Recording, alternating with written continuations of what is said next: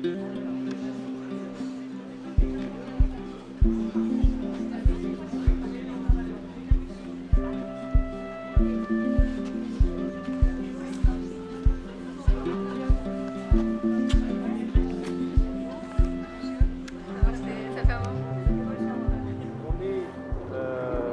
qui s'appelle les docks de Champenay.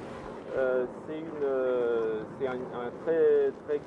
très grande propriété, donc c'est une SCI qui fait 11 000 mètres carrés. À l'origine, ici, on peut dire qu'on est sur l'ancêtre d'une zone industrielle. C'est un aménagement qui a été fait en 1800 et quelques par les frères Crucy, des entrepreneurs architectes nantais, qui avaient identifié cette zone en se disant on va pouvoir y aménager une zone. On était plutôt sur des zones de marais, etc. Et donc ils ont fait des travaux importants, on va dire, de remblai. Donc ici en dessous on a des sols extrêmement hétéroclites. On a des rochers, on a du sable, on est vraiment sur une zone qui a été aménagée et gagnée effectivement sur la partie marais de la Loire. Et le boulevard de Champenay qu'aujourd'hui vous pouvez emprunter à pied, en voiture, il faut savoir qu'au moment de l'aménagement de cette zone, ils avaient creusé un chenal et donc c'était accessible par bateau. Le bâtiment qu'on va visiter, c'est l'ancienne huilerie Bonnet. Son achèvement, c'est 1856. C'est à l'origine une huilerie qui pressait l'huile de colza.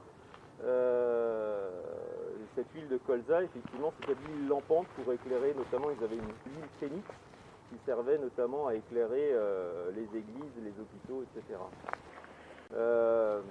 Leur activité ensuite s'est diversifiée pour devenir savonnerie jusqu'à Napoléon III. Pour faire du savon, la loi imposait que ce soit fait uniquement à base d'huile d'olive. Donc c'est pour ça que toutes les savonneries de Marseille, etc., dans le bassin méditerranéen. Et à partir de Napoléon III, il a autorisé la production de savon à partir d'autres corps gras. Nantes, qui avait encore conservé des contacts commerciaux avec l'Afrique, a profité de cette existence-là pour implanter du coup également de la fabrication de savon à partir d'huile de palme. Ce bâtiment, il a été ensuite largement modifié au début du XXe siècle. Et on est sur un ensemble très hétéroclite de construction industrielle. Donc on a ce qu'on a appelé la tour béton, que moi j'appelle un peu la petite sœur du Cap 44. On se rend compte que c'est la même famille d'ingénieurs qui ont conçu le Cap 44 qui a conçu ces bâtiments-là. Donc il y a des espèces de filiations aussi dans les bâtiments industriels et dans les différents industriels qui ont bâti comme ça ces ouvrages. Donc ensuite la commande.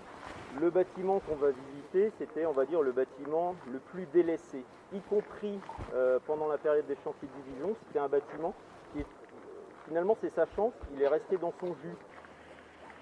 Et ensuite, comment moi je suis arrivé dans cette opération-là? Moi, j'ai eu la chance de travailler notamment sur l'île de Nantes. Donc, j'étais architecte associé sur l'atelier et galerie des machines. Je suis architecte du Solilab.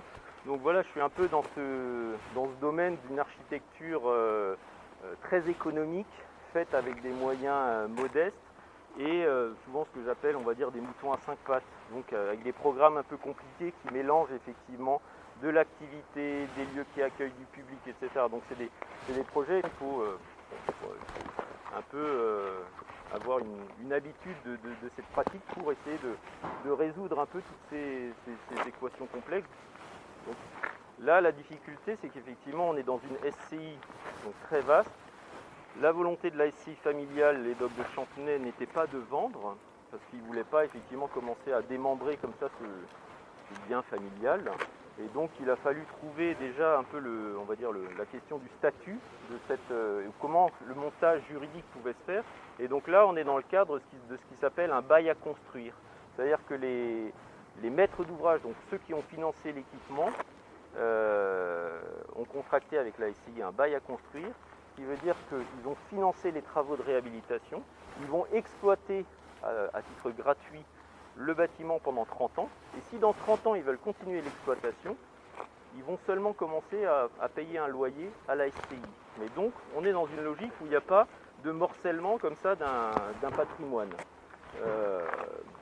L'idée principale, c'était de se dire, on a un bâtiment, on essaye d'en conserver un maximum et on va essayer de respecter l'esprit du lieu. Vous avez pu voir, c'est un ensemble de bâtiments comme ça, très hétéroclite, c'est un assemblage. Donc conserver un maximum de choses, retrouver, on va dire, la volumétrie initiale qui avait été détruite par les aménagements et les transformations du début du XXe siècle, donc retrouver, on va dire, la volumétrie principale. Ça c'est pareil, c'est un travail comme ça, on va dire, d'historien ou en tout cas d'archéologue, d'essayer de comprendre le lieu, de pourquoi il était comme ça, etc. Ce qui permettait aussi ensuite d'élaborer un projet et de le présenter ou le défendre si nécessaire vis-à-vis du service de la ville. C'était quand même un bâtiment qui avait un petit caractère qui rentrait dans le patrimoine nantais, etc. Donc il y avait un regard comme ça qui était assez vigilant sur ce qu'on allait y faire. On est sur un bâtiment où on a cette grande façade, effectivement, on bénéficie d'un vaste paysage sur la Loire, donc c'est une chance incroyable. L'idée de faire cette extension de 8 mètres vers la Loire, de largement la vitrer, à contrario du reste du bâtiment où on était très, très fermé. L'idée de retrouver comme ça une porte monumentale. Il y a toute une partie non visible qui est encore dans les autres bâtiments, c'est là où effectivement ils ont leur très gros fermenteur. L'idée de cette brasserie, c'était de faire une bière où on consomme sur place. Et comme un des deux maîtres d'ouvrage a également plein de bars à Paris, l'idée c'est je brasse de la bière ici, je la mets en fût et je la commercialise dans les autres établissements. Donc voilà, c'est un lieu de consommation sur place, de diffusion.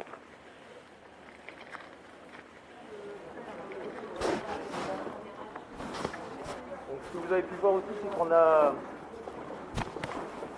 comme on est dans un bâtiment qui reçoit du public, il y a de toute façon la question de la sécurité du public, de l'évacuation qui est primordiale.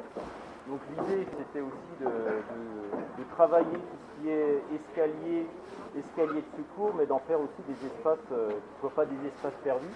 Et du coup ces escaliers deviennent aussi des balcons et des endroits effectivement où on peut boire son verre dehors. Donc là on est dans la salle événementielle. Bon, toute la toiture, vous pouvez le constater, c'est une toiture entièrement neuve. On a cette géométrie un peu particulière où on a toute la toiture qui est portée par ces doubles poutres treillis qui s'évasent. Donc on est toujours dans ce genre de projet à régler des questions à la fois architecturales, à la fois techniques et comment on essaye de les intégrer au mieux. Et c'est vrai que cette grande charpente, c'était un des premiers éléments du projet qui est arrivé, avec comme ça cette trame.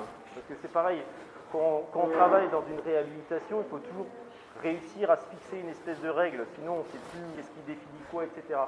Donc quand on essayait de comprendre l'architecture initiale avec sa trame de poteaux en fonte, etc., il y avait peu de logique. Donc il a fallu qu'on surimprime une espèce de trame qu'on a définie, mais qui finalement correspondait quand même aux fenêtres, etc., pour ensuite pouvoir bâtir le projet. Et donc cette charpente, ça a été un peu la dorsale du projet qui nous a permis de régler tous les problèmes. Oui, donc ce bâtiment, il a reçu le prix national de la construction bois dans la catégorie réhabilitation. Le bois, c'est économique, c'est stable au feu et ça offre plein de qualités assez naturelles, d'ambiance, etc. En fait, ma grande satisfaction, c'est finalement que plus le chantier il avançait, plus cette question de la déco, du machin, du truc, c'était quelque chose qui s'oubliait. Donc le lieu, il était là, dans sa présence, dans son architecture, dans sa matérialité, et ça a suffi.